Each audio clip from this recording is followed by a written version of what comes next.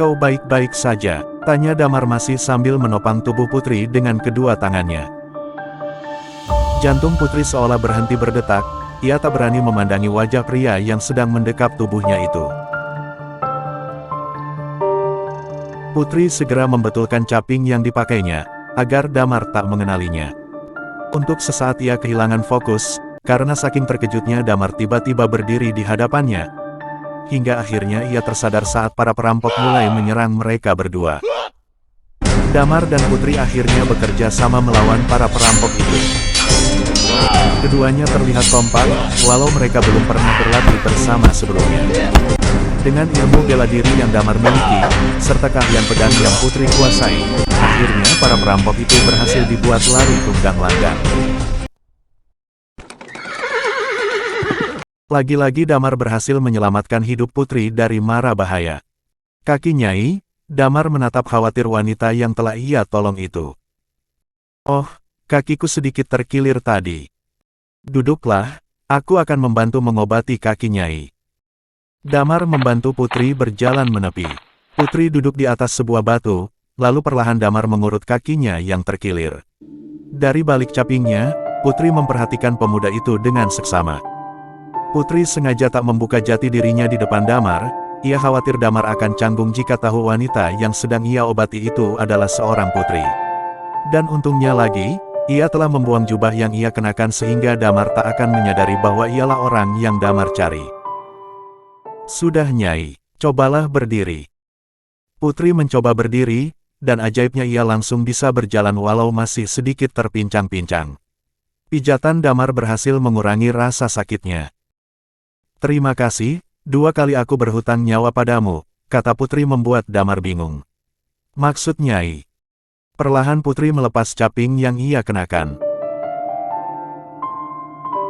Betapa terkejutnya Damar setelah tahu wanita yang berdiri di hadapannya itu adalah Putri Sekar Ayu. Ia langsung berlutut memohon ampun karena telah lancang menyentuh kaki Putri.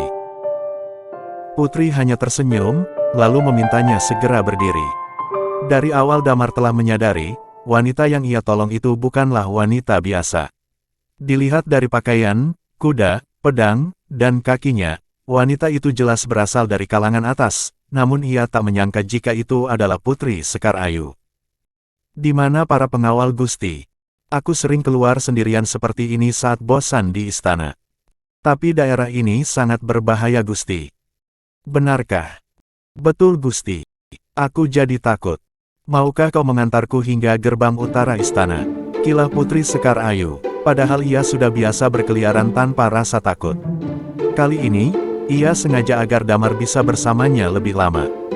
Tentu Gusti. Oh ya, siapa namamu? Dan, tanya Putri pura-pura lupa. Damar Gusti. Ah iya, Damar, mulai sekarang aku akan mengingatnya. Putri dan Damar saling menatap, keduanya sama-sama terkejut saat mendengar perut Putri berbunyi. Putri jadi malu, ia benar-benar lapar saat itu. Gusti ingin memakan sesuatu terlebih dahulu. Tanya Damar sungkan. Memangnya ada rumah makan di sekitar sini? Di sana ada sungai, hamba akan menangkap ikan untuk Gusti. Benarkah? Jawab Putri antusias. Damar hanya tersenyum melihat Putri yang nampak begitu bersemangat. Mari Gusti.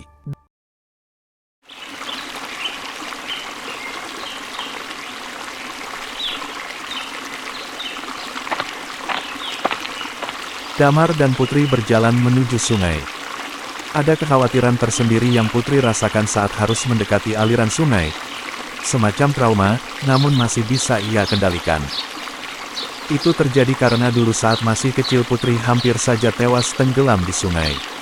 Untungnya Senopati Ageng datang dan berhasil mengeluarkannya dari dalam air. Tunggulah di sini Gusti. Hamba akan menangkap ikan untuk Gusti. Baiklah. Putri duduk di tepian sungai sambil memperhatikan Damar yang sedang sibuk menangkap buruannya. Pemuda itu, Putri ingin mengenalnya lebih jauh. Entahlah apa alasannya, yang jelas ia merasa aman saat berada di dekatnya. Aneh memang, padahal mereka hanya bertemu beberapa kali saja, Namun Putri seolah telah mengenalnya begitu lama, hingga Putri merasa sangat aman saat ada dia di sampingnya. Sesekali Putri tampak tersenyum melihat aksi Damar bergulat dengan ikan di dalam air. Putri terkejut wajahnya terkena percikan air, saat Damar berusaha menangkap ikan. Damar buru-buru berlari menghampirinya untuk meminta maaf. "Maaf Gusti, hamba tidak sengaja," kata Damar berulang kali di depan Putri. "Aku tak apa Damar, sungguh, ini hanya air." Damar masih tak enak hati. "Aku sudah menyalakan api, ayo segera kita bakar ikannya," kata Putri mengalihkan pembicaraan agar Damar bisa melupakan rasa bersalahnya. "Gusti menyalakan api?" "Iya." "Hebat. Cuma menyalakan api apa hebatnya?" "Hebat karena Gusti seorang putri." "Lalu kenapa kalau aku seorang putri?" Putri tertawa heran saat mendengar Damar memujinya untuk hal sepele macam itu. "Baiklah Gusti, silahkan makan ikannya." Damar jadi sangat canggung saat melihat senyum cantik Putri. Sampai-sampai ia meminta Putri untuk memakan ikan yang belum ia masak. Putri semakin melebarkan tawanya saat melihat tingkah konyol Damar itu. Damar dan Putri Sekar Ayu menikmati makan siang mereka di pinggir sungai. Tak butuh waktu lama keduanya sudah terlihat akrab. Kepribadian Putri yang hangat membuat Damar tak merasa rendah diri saat berada di sampingnya. Damar sangat bersyukur, karena telah mengidolakan orang yang tepat. Setelah selesai menikmati makan siangnya, Damar mengantar Putri menuju istana dengan selamat. Di perjalanan, diam-diam mereka saling memperhatikan dan mengagumi satu sama lain. Damar tak pernah bermimpi bisa bertemu dan berbicara sedekat ini dengan Putri. Di mimpi sekalipun ia hanya bisa melihat Putri dari kejauhan.